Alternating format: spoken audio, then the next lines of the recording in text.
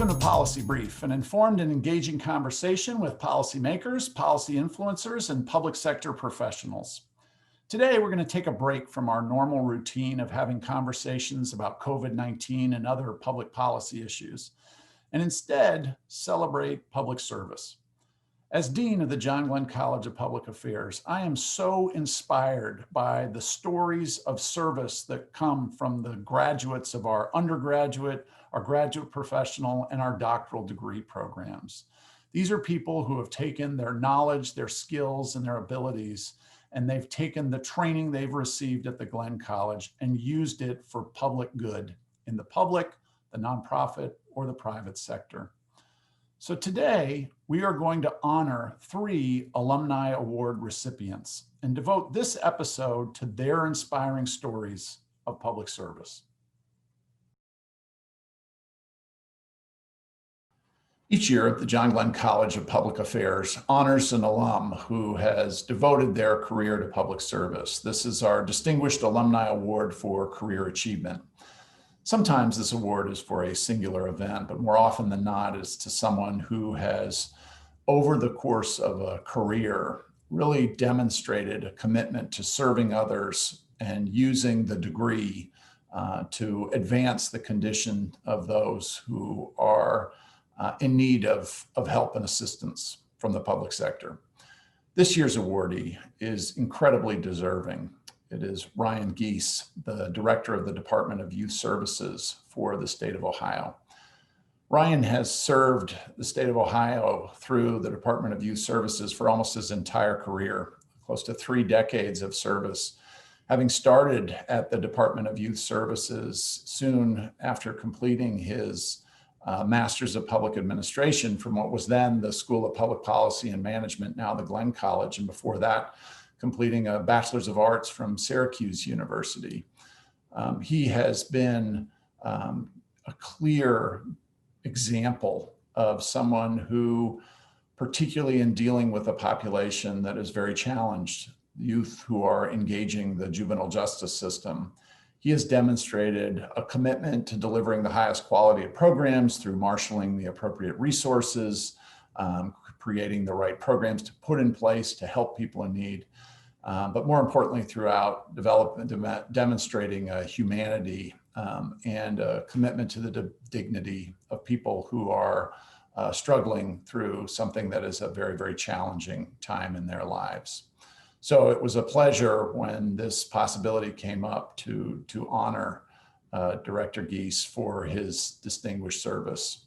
I wish we were meeting in person and I was handing you this award directly, but please, all of you out there, join me in virtually congratulating Ryan for receiving the Distinguished Alumni Award for Career Achievement.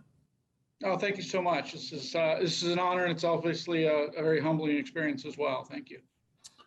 Well, Ryan, you kindly agreed to answer some questions I have that give us some insight into the good work that you do. But let's start at the beginning. What made you pursue public service, and who were some of your inspirations? I appreciate you taking me way back like that. It's interesting to be able to jump back in time in this conversation. But you mentioned I went to Syracuse University. I actually went there with aspirations of being a journalist. And pretty early on in taking a social science class called Policy Studies, I got extremely interested in public policy and the way that we as a civilization deal with social problems. So before too long, I added a second major and then ended up traveling to Columbus, Ohio to the Ohio State University to get my master's in public administration. As you're probably aware, I ended up doing a specialization in criminal justice and correctional administration. So among my very influential mentors was Ron Huff. Yeah. His leadership, his mentorship, and certainly his interest and expertise in both criminal justice and juvenile justice played a big part. In addition to the faculty, certainly there, the opportunity to just launch myself straight from being in the summer between my 2 years of the MPA program to entering in as an intern at the Ohio Department of Youth Services was obviously a wonderful launching pad for me and an opportunity to really take my fascination with public policy and social problems and apply it directly into an agency that was going through some tremendous transformation and obviously dealing with the social problem of juvenile crime in Ohio. Another person that has been very instrumental and inspirational in my career has been Dr. Edward Latessa. He actually is a Ohio State grad for bachelor's, master's, and PhD, but he's somebody who's really paved a trail for juvenile justice and criminal justice reform in Ohio. So tribute to him, a lifelong service of career, and the work that he's done with me personally as a mentor, knowing my family and everything. It's just been wonderful. So the relationships that we develop over the course of our career are really impactful and stay with us. So take us through your career a little bit. When you set out on this adventure after you first left the MPA program, did you have it in your sights that you would be director of the Department of Youth Services? And my guess is no, but curious just a little bit about the journey and what were the choices you saw as sort of critical along the way that got you to be in this position now? Yeah, I think only in hindsight can I say that I was progressing towards being the director, because I certainly never thought that along the way. And when I joined the department, it was under the leadership of Director Dino Natalucci Persichetti, who for the first decade plus of my work there, he was the director, and he was the only director that I had known at that time. So, and a lot of our transformations took place during that time. So it's hard to say that I was looking towards his path. It's also probably, honestly, hard to say that I was expecting to be at the Department of Youth Services 27 years later. But yeah, I was extremely fortunate to come into the department in an area that was working with county juvenile courts, that was working with a movement to support community alternatives versus incarceration of kids whenever that was possible. And as you referenced in the introduction, really taking the opportunity to try to look at kids as a whole, take them at maybe one of the lowest points in their young lives, and try to find ways to equip them, their families, and their communities for a more successful future than they've had. So I like to joke, and my youngest son says this is a classic dad joke, but I do like to joke to our new class when they come in of new hires that I have the longest internship on history in the department, because there was really no disconnection between, I think, what I did as an intern and how I moved forward. It was a very logical progression. I think I moved from being an intern for almost a year to being an administrative assistant still in the same office, moving to doing field monitoring, to managing of our county subsidies, all the way up to, as you mentioned, being a deputy director over essentially everything other than the operation of our juvenile correctional facilities, and then moving to director. So there was never what I would say was sort of a huge jump there. It was very much a logical progression, and I think it helped me build on the academic experiences, the real life experiences, and then apply kind of as I went on. So it was, like I said, if I look back in reverse, I guess I was always working towards this, even if that wasn't my concrete plan. So you've had this incredible career, almost 3 decades in the same enterprise, and now you're the leader of that enterprise. So you presumably know its ins and outs, its strengths, its weaknesses. Tell us a little bit about your current role and what are your priorities? What do you hope to accomplish in your leadership? Yeah, I was very fortunate to be appointed to this position. I guess it was a year ago last January, close to 2 years, January of 2019, by Governor DeWine.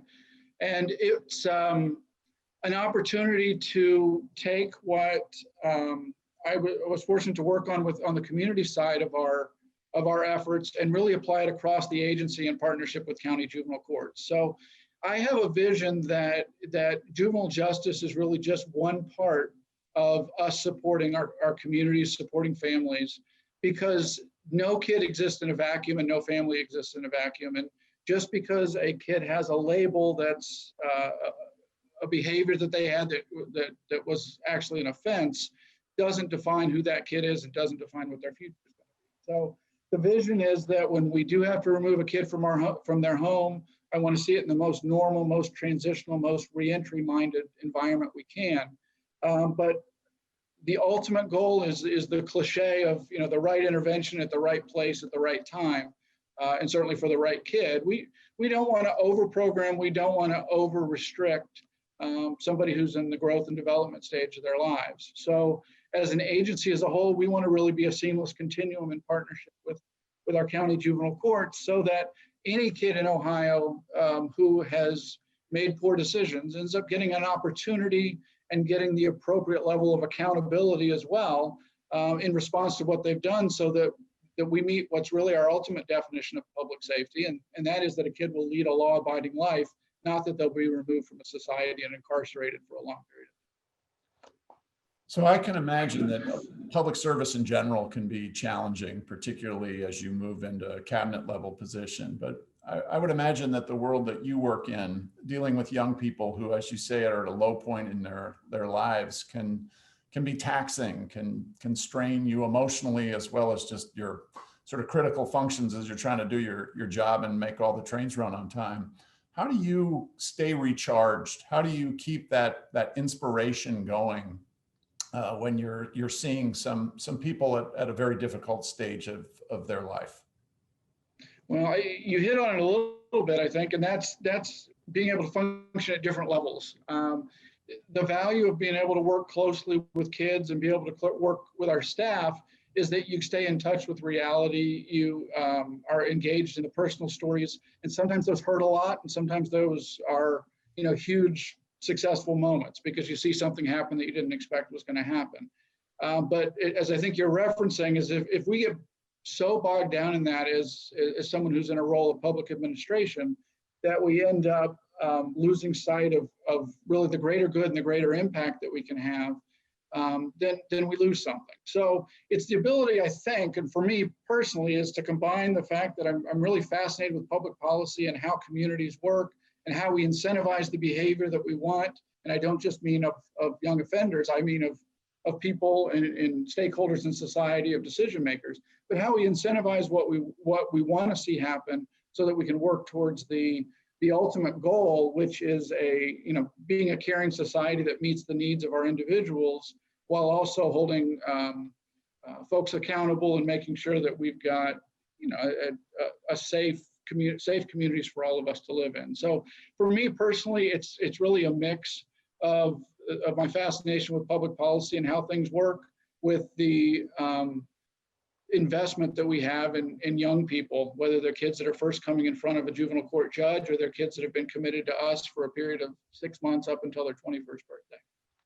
Well, Ryan, we as members of the state of Ohio and community members here, we thank you for your service and your care and attention to a population that needs a lot of attention. So thank you, and congratulations once again on your well-deserved honor as our Career Achievement Distinguished Alumni Award winner.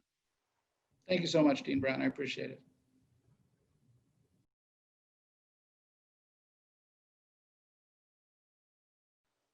Our second award is our Young Alumni Award. So each year we give out an award recognizing someone early in their career who's graduated from one of our degree programs, who, even though they are young in their career, has already had a tremendous impact, perhaps in their profession, but broadly in public service. This year's award winner has clearly met the threshold. Somebody at a very early stage in their career has just been incredibly impactful, not just in starting their own organization, as you're going to hear, but starting an organization that's really had a global impact. This year's winner is Kwame Christian, who's a 2013 graduate of our dual MA-JD program, our partnership with the Moritz College of Law. And the Moritz College of Law has an exceptional reputation in alternative dispute resolution and conflict negotiation. And Kwame, who graduated less than a decade ago, has parlayed that experience and that education into something called the American Negotiation Institute, which services a broad array of clients, including those in the public sector, in tackling difficult and challenging issues and using negotiation as a tool and a technique for resolving dispute, but also just growing the organization and the enterprise. Kwame's organization has been active in almost 200 countries around the globe, servicing a broad array of clients. Kwame is also the host of a highly subscribed podcast on negotiation, one that we hope many of you will start to listen to after this. After you hear from him, I'm sure you'll be hooked. But that podcast, in some instances, has been downloaded over 150,000 times, a very popular podcast on negotiation. So I'm so pleased and privileged, wish I was doing it in person, but to award this year's Young Alumni Award to Kwame Christian. Congratulations, Kwame. Thank you. I appreciate it, Trevor. Thank you. Well, thanks for joining me. And Kwame is going to join me in a bit of a conversation about himself and his organization. So Kwame, you pursued both the JD and the MA out of the what was then the School of Public Policy and Management, now the Glenn School, and then ultimately the Glenn College. What inspired you to pursue this partnered degree and ultimately go into public service? Yeah, that's a great question. And I feel like as much as I want to take credit for it, a lot of it has to come from my family too. And so I was always interested in government and policy and politics. And so I wanted to have an impact on a larger scale using that type of expertise. And so in my family, when you think about my mom's side and my dad's side, we have on my mom's side, my grandfather, Oscar Henry, was the first permanent secretary of the country of Guyana. So the year when they got their independence, when they achieved their independence, he was the first permanent secretary, which is more or less Secretary of State for the country. And then on my dad's side, the family's always been involved in politics. My great uncle wrote the score of the national anthem for the country of Dominica. And so we have a long history of involvement in governmental activities. And so I think that's really what motivated me to create this organization and try to stay involved however I could as it relates to politics and policy in the US. So thank you for sharing that. I'm so impressed by your family's history. Can I also assume then that your parents and grandparents' involvement in the various ways that you just described also explains the sort of global orientation of the American Negotiation Institute? So even though it is the American Negotiation Institute, your orientation is global. Absolutely, yeah, and that's one of the fun things about the podcast, because the podcast has been heard in over 180 countries, close to 2 million downloads now, and it's been great to see the reach. And so one of our interns is actually in Nigeria, and she created this program for youths between the age of 15 and 20, learning how to use negotiation and conflict resolution as a peace building tool, because right now there's a lot of unrest going on in Nigeria. So we gave her the all of the information that she needed to and the guidance and the mentorship she needed to produce that program, and she did an incredible job. So we're looking for different ways to have more of a global impact. That's our African reach. And then also back home in Guyana, there was a lot of political unrest recently, and so we're trying to find ways to partner with organizations like CARICOM, which is the Caribbean community, trying to find ways to partner with them to promote peace through negotiation and conflict resolution as well. So you've begun to explain a little bit about ANI, but tell us about that journey. How did you decide to start this organization? Again, you've done this at a very early stage of your career. And then tell us a little bit more about it, what its founding purpose is, who are the clients that you serve, and what are the services that you provide? Yeah, and so I wanted to build an organization that I wish existed. And so that's really what led me to do it. And so as an attorney, I did some civil rights work beforehand, and then I started my own practice doing business law. And now with the American Negotiation Institute, our motto is this: the best things in life are on the other side of difficult conversations. Mhm. So with what we do, our hope is to help to make these difficult conversations easier.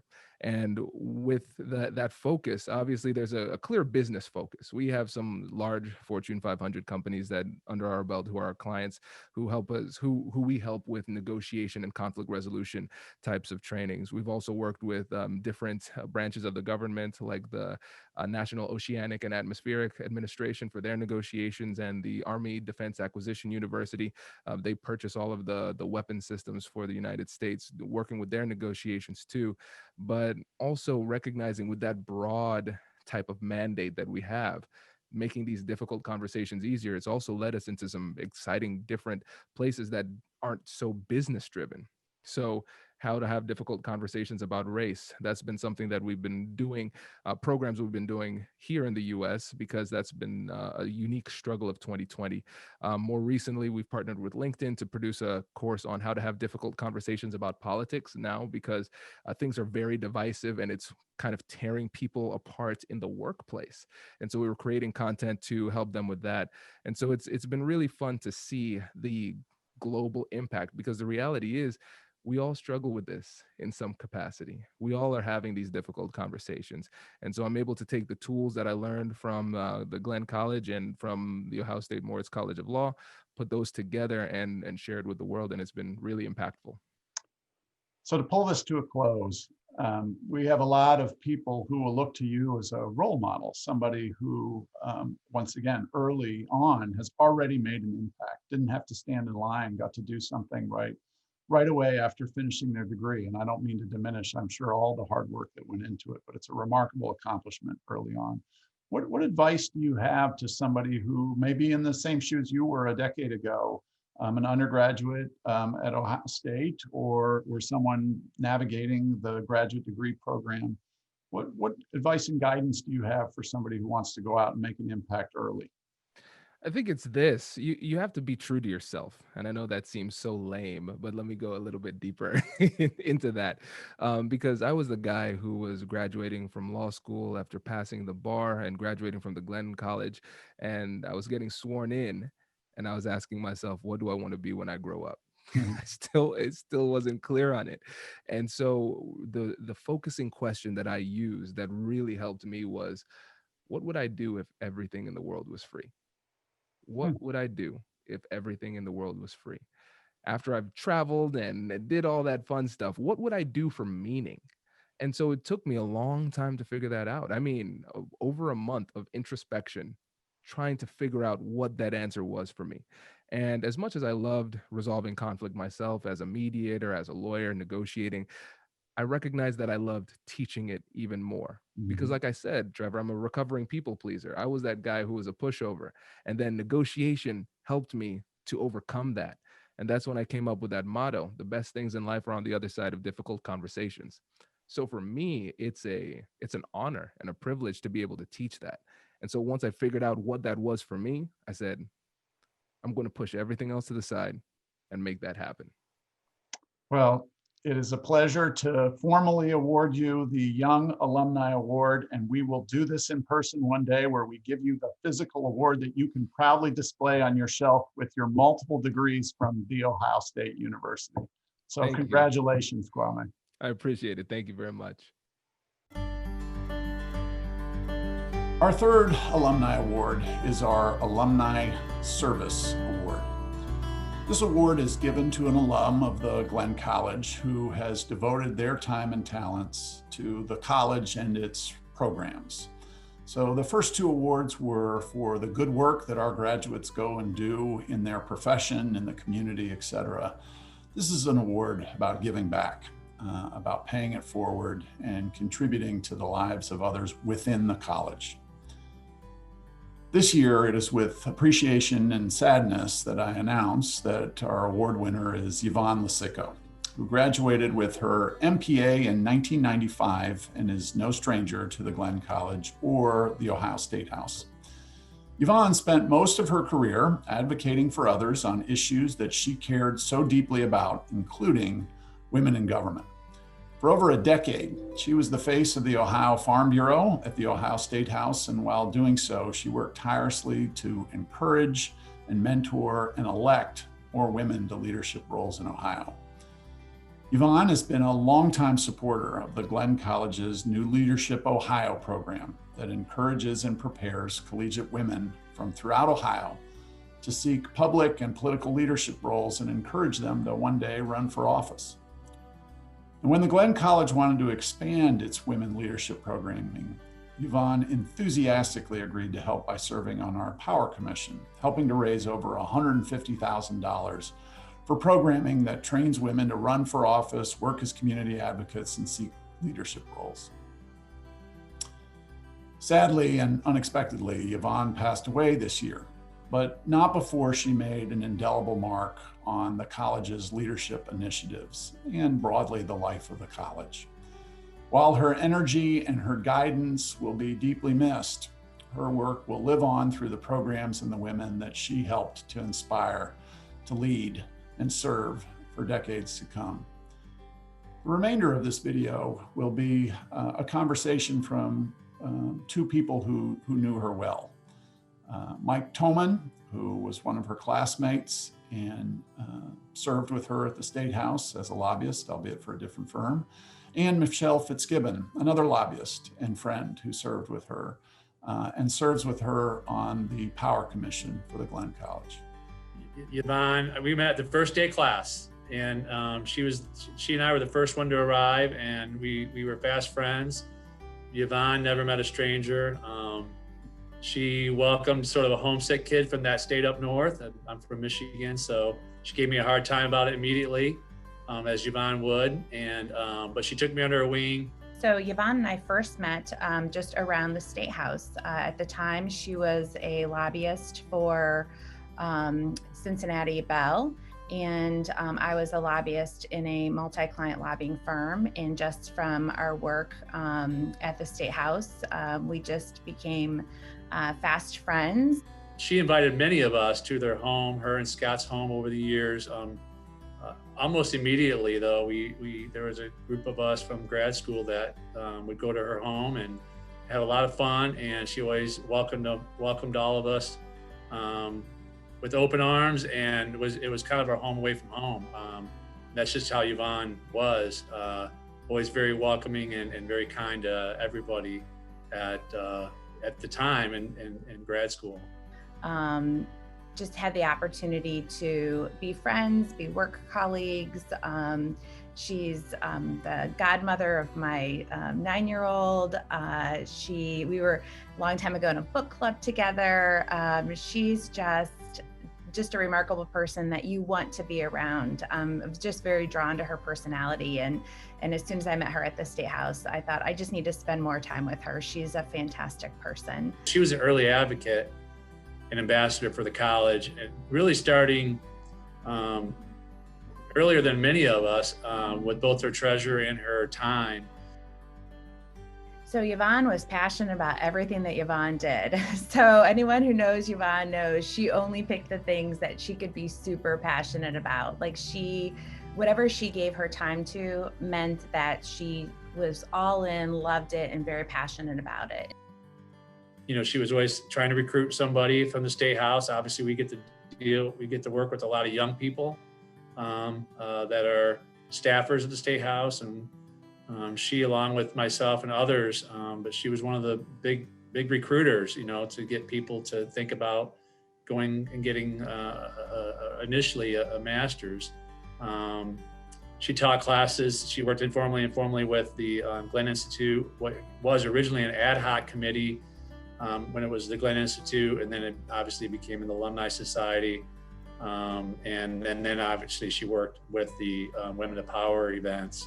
And so she was, you know, Yvonne was always working on something with the John Glenn College, and I was lucky enough to be part of a lot of those things as well. But usually when I'd call her and say, hey, do you want to help on this? She would say, I'm already working on it, Toman. You know, like, of course you are. Of course you're already working on it, you know. So, you know, I think that says a little bit more about, you know, how involved she was with the college and how much she loved it, and, you know, made it part of every day at the State House, if you will. Overall, the Power Commission is just doing some great work, and it's hard not to be, you know, wanting to be more engaged. It's a great group of women who are working hard, but even when you talk to other people out there, they want to be involved with everything that's going on at the Power Commission. It's some really good stuff, and I think it just fit perfectly into everything that Yvonne put her heart and soul into. you can't go to that new leadership meeting and be surrounded by those 20 to 30 young ladies who are just full of energy and passionate about, doing something. They don't know what it is yet, but, they definitely have big dreams, and they're just so energetic, and they're just an amazing group every year. You're like, this group can't get any better, and they do. And the young ladies stay in touch with you. They will send you letters. We've had lots of coffee meetings following up, and it's just a great network, and I'm super passionate about, getting together with them. And for Yvonne, I think she feels, beholden to, help people and wanting to help those, young women who are trying to decide where they, fit in and what they want to do. I think mentoring was a big part of what she believed in. And, also, again, politics, trying to make sure that, women can run, getting them into positions that they can make those policies. I think that was equally important to her. Obviously, it's shocking to a lot of us to lose her so early in life, and unfair to those of us that call her a friend. Obviously, her family feels that way too. Her number one priority of her entire life were her boys, her husband and her son. So they came first, and then her career, and then, her, I would say her husband and son and her family, definitely close to her family, so I don't want to leave them out, but, her career, and then everything else. And, she loved her career. She started out at the Farm Bureau, and again, moved to Cincinnati Bell, and then got the opportunity to go back to the Farm Bureau. And that to her was just like home. That's like where she needed to be. And to be able to spend the last part of her career there, I think was just such a blessing for her. So I think they were quite fortunate to get her back. I think her legacy, she's a lobbyist. I mean, she had the highest integrity, very honest, fierce competitor. When